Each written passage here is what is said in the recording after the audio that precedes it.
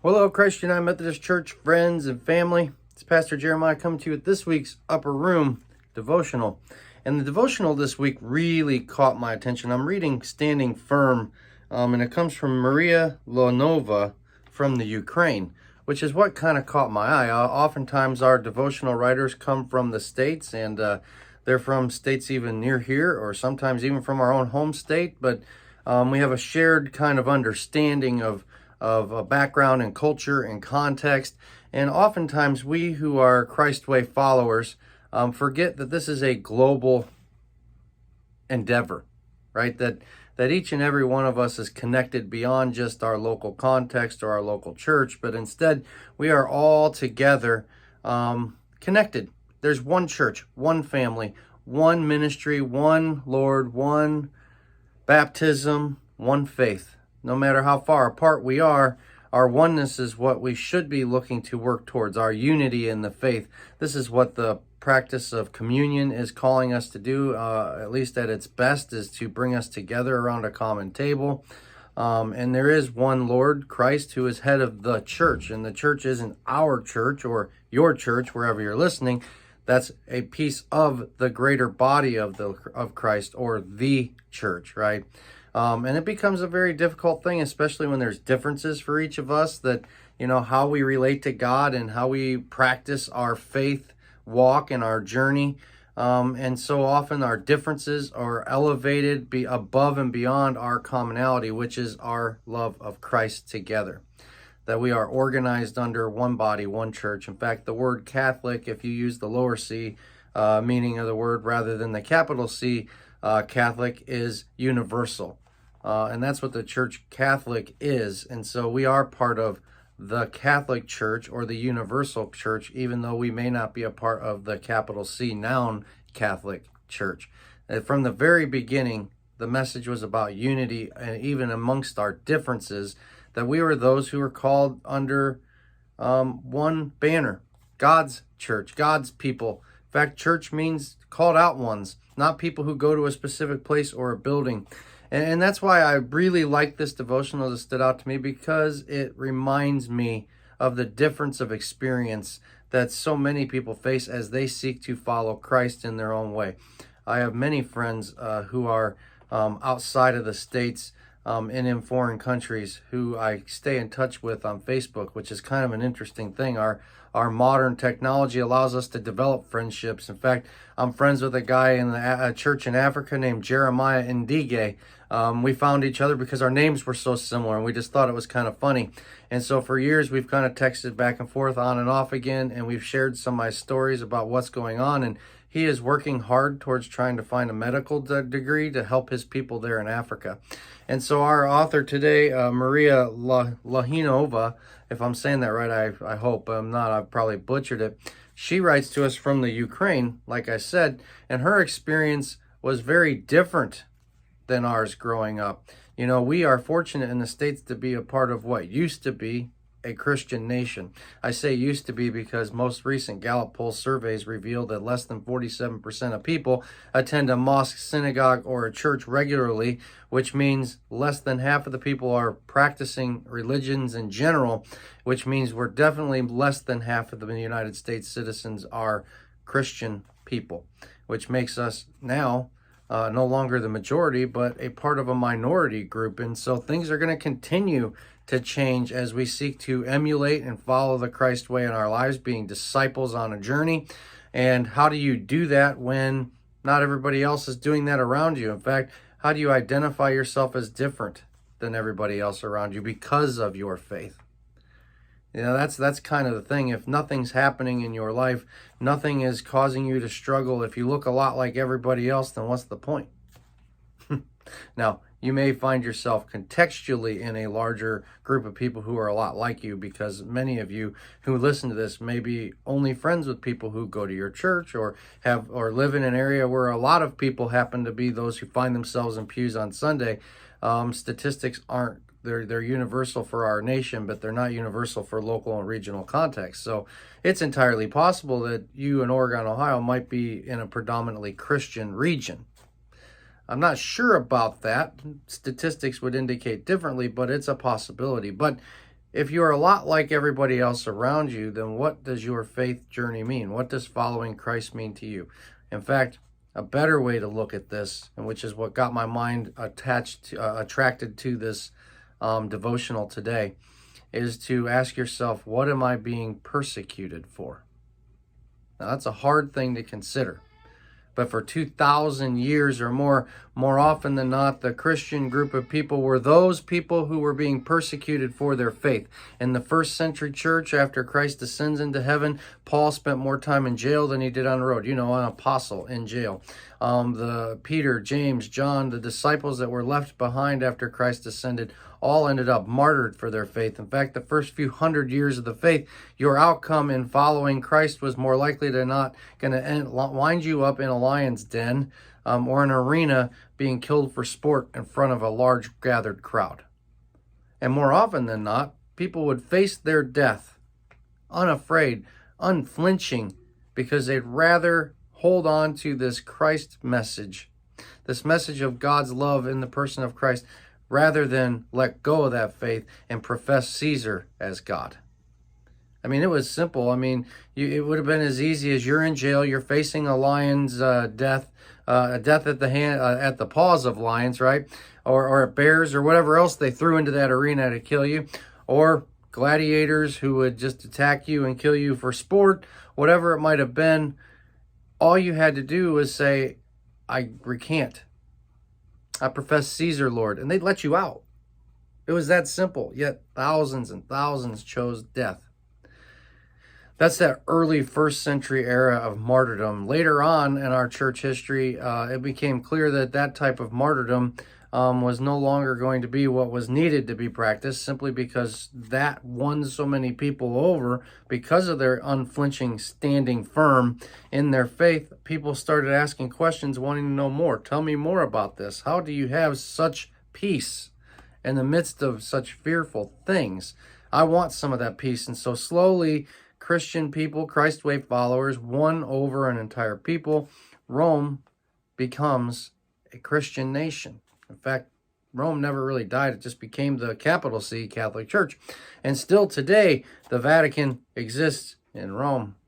And it's still thriving in some ways, and is still a global influential denomination and its own city, nation state. Just this little tiny one now. But the fact of the matter is that our history as Christ Way followers has oftentimes been more defined by our persecution rather than our success or our acceptance in the world. It's not been a comfortable choice. And throughout the world, people accept Christ at their own peril. There are people still today who, as they go and enter waters of baptism, there are people on the shorelines with M16s ready to shoot them for their treachery and treason to their nation, because accepting Christ is turning your back on worldly governments. It's a difficult choice to follow Christ for many people, but for many of us here in the United States, it's a comfortable thing. We're not really ever truly persecuted for our faith. We don't really have to make many changes to continue to exist and thrive in our culture and context.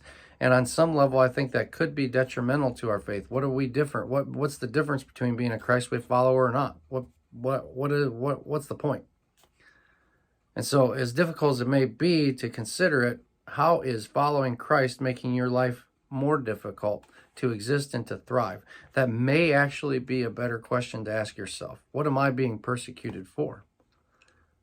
I'll leave that to you to think about, but also to wonder, to say, okay, this Jesus who turned his back on the world, the government of Rome, his own religious culture, and sought to follow God, who upset the social normal of the day and, really just upset everybody around him. He ended up on a cross, persecuted because he refused to recant and to fall in line. He instead stuck with his desire to be in unity with people, to end war and to end all the division and status quo, and challenged all of those things, saying we're all God's children. This was such a radical idea that he found himself at odds with his own people, his own culture, and the nation that he found himself in.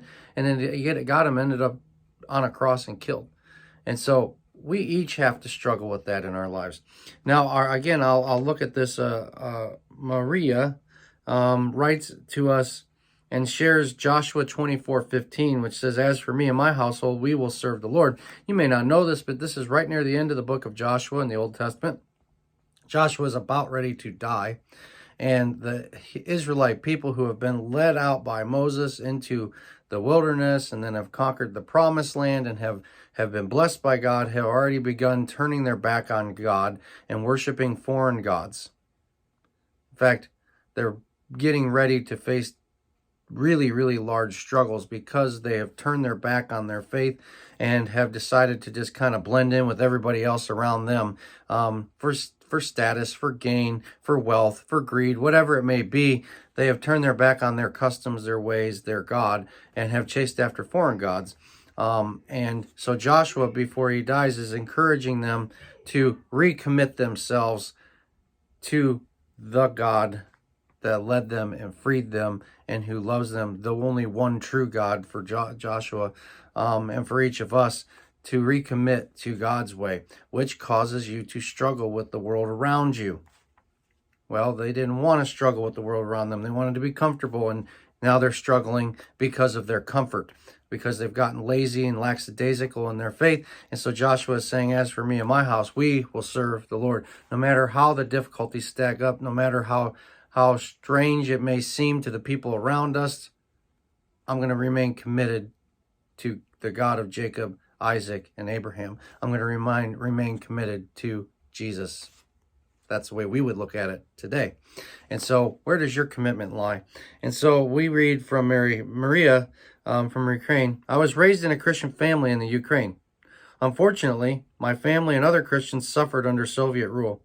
As Christian children, we were persecuted in school. We studied hard, but always received lower grades than others.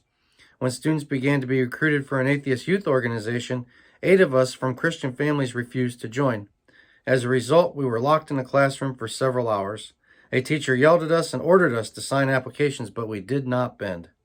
After graduation, I wanted to attend university and pass the entrance exams twice. Because of my faith, my name was deleted from the admissions list both times. Despite our persecution, the examples of our parents and grandparents gave us the courage to stand firm in our faith, and they never ceased to pray for us. Years later, when things had changed in our country, my sister and I were walking in town and met the teacher who had humiliated us the most. We were astonished when he said, 'Please forgive me if you can. I always admired your strong faith, but was too afraid to take your side.' I understood then that our lives had given witness to God's mercy and protection. God's power made us strong and enabled us to face our trials." That's an interesting thing. You know, while you're suffering, while you're being persecuted, while she and her family was being persecuted and refused to bend, they were actually witnessing to others of God's love and their faith, and they were admired for it. We never know what the struggles will bring into our lives. We never know how we face our struggles, who's watching, and how they may respond.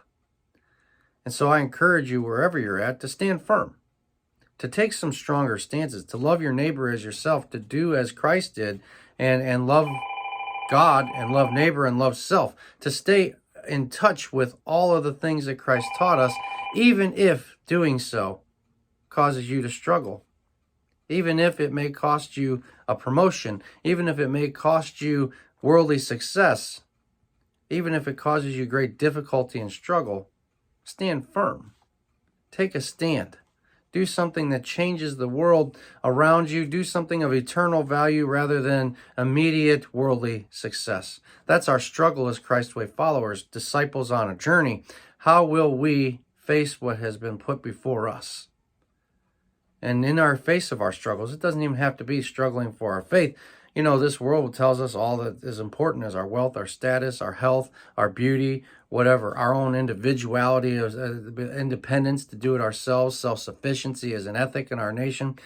What if you were an example in the midst of your weakness, amid your struggles, while you face cancer diagnosis, that you are those who are at peace in a way that goes beyond understanding, in the midst of your financial struggles and hardships, that you don't turn on God, but instead you continue to serve God. Like Joshua said, "As for me and my house, we will serve the Lord." No matter what you face, are you able to stand in there and continue to remain strong and faithful and firm? I struggle with it every single day. and it's something that I'm committed to. And it's something I encourage you to do as well, because it's one of the only ways you're going to find meaning in this life.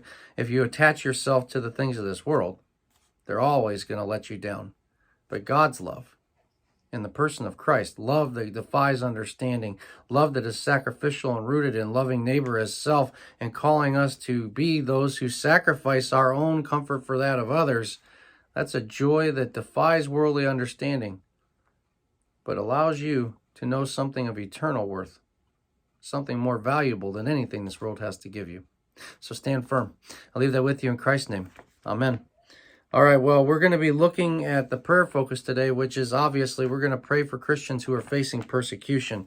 And so look it up, Christian persecution. Look up what's happening in the world. Get on YouTube and see some videos or do a Google search. But know that all over the world, people are still dying to accept this message that so many of us here in the States receive so freely. So pray for them and pray with me as we pray. Dear God, thank you for never forsaking your children, even in the most difficult situations. And though we may be at peace and comfort here in our faith journey, help us to remain committed in knowing that others around us struggle, that others around us are dealing with difficulties on their journey. And then those who are still connected to us beyond this place, beyond this region, those who are throughout this globe, may be giving up everything for your message and your good news of love in the person of Christ. So help us to be aware, to be committed beyond just our own local and regional context, but instead to recognize the global, worldwide, universal church that calls us all under one Lord, one faith, one baptism, one God. Help us to each profess, as for me and my house, we will serve the Lord. No matter what we face, help us to remain committed to you. In your gracious and holy name we pray. Amen. See you next week.